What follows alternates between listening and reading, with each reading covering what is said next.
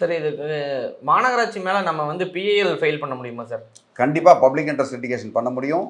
பண்ணி அதில் வந்து யார் அந்த அதிகாரியோ அந்த அதிகாரியின் மேலே நடவடிக்கை எடுக்க முடியும்.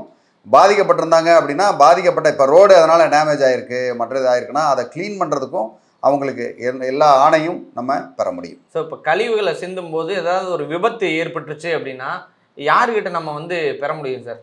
தாராளமாக காம்பன்சேஷன் அந்த நிர்வாகத்திட்டே நம்ம வந்து வாங்க முடியும். நிர்வாகம்னா என்ன, ஆப்வியஸ்லி அரசாங்கம் தான். அரசாங்கம் வந்து கடமைப்பட்டிருக்கு. ஓகே, நம்ம எல்லாருமே குடிமக்கள் வந்து நம்ம சும்மா இல்லை, நம்ம டேக்ஸ் கட்டுறோம். ஃபர்ஸ்ட் ஆஃப் ஆல் ஒவ்வொருத்தவங்க டேக்ஸ் கட்டுறாங்க. என்ன சார் நான் வந்து டேக்ஸ் கட்டுறேன்னா இல்லையே அப்படின்னு கிடையாது. நீங்கள் ஜிஎஸ்டி கட்டுறீங்க, ஒரு பொருள் ஒரு குண்டூசி வாங்கினீங்கன்னா கூட நீங்கள் வந்து அதுக்குண்டான டேக்ஸை கட்டுறீங்கன்றதை நீங்கள் மறந்துடாதீங்க.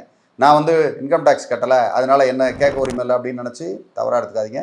ஒவ்வொரு மனிதரும் தினம் நீங்கள் பயன்படுத்தும் உங்கள் பொருளில் டேக்ஸ் இருக்குது. ஒன்றும் அரசாங்கத்துக்கு நீங்கள் செலுத்திக்கிட்டு தான் இருக்கீங்க. ஓகே, ஒரு குண்டூசி வாங்கினா கூட அதில் இருக்கும்போது அந்த பணம் எங்கே போகுது? இது போன்ற நிர்வாகத்துக்கு தான் போகுது. அதனால் தாராளமாக உங்கள் ஒவ்வொருக்கும் கேட்கறதுக்கு உண்டான உரிமை இருக்குது.